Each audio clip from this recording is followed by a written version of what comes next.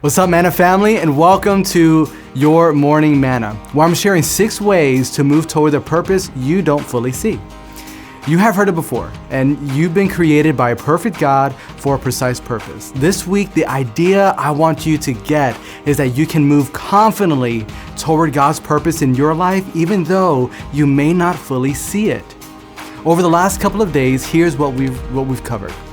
The first way to move toward the purpose you don't fully see is to understand that your general purpose, which is the same purpose that every believer has, is to know God and make Him known. And that purpose is connected to God's precise purpose for you.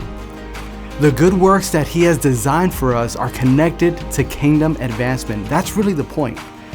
The second way to move toward the purpose you don't fully see is to stay connected to Jesus, the purpose giver. This is absolutely essential. There's no purpose without knowing the purpose giver. And now, on to today. It is interesting. When many of us think of growing in our purpose, we tend to think of things we need to do in order to get to the next stage. It's easy to think about your job, skills, talent, position, and those types of things. We think of purpose as something primarily that we do. But God is actually after your heart, not what you can do for Him. He views purpose as something you become. And God is so faithful. He shapes us into who He has called us to be in order for us to do what He's called us to do. He's the master molder.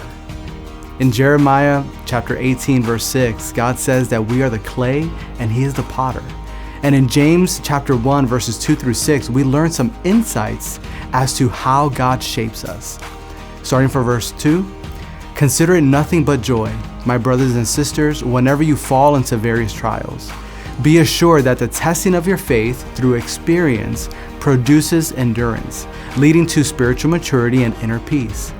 And let endurance have its perfect result and do a thorough work, so that you may be perfect and completely developed in your faith, lacking in nothing.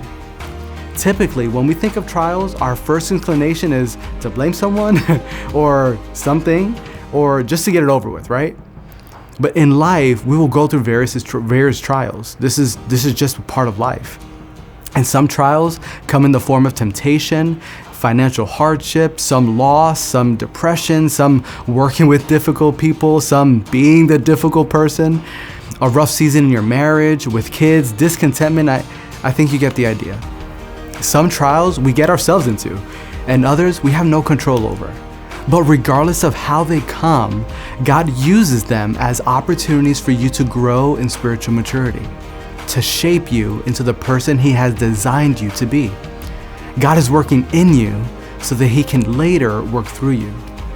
Trials are not always easy, and they rarely feel good. So why would James encourage us to count it all joy? I believe it's because of the end result. Not necessarily that everything will always work out in our favor all the time, but that God is shaping us. The end result of difficulties in life is that we have a closer relationship with God. We're becoming more like Jesus by growing in our Christ-like character and conduct. We have healthier relationships, and He enlarges our capacities. The third way to move toward the purpose you don't fully see is to understand God's shaping process, the process of becoming.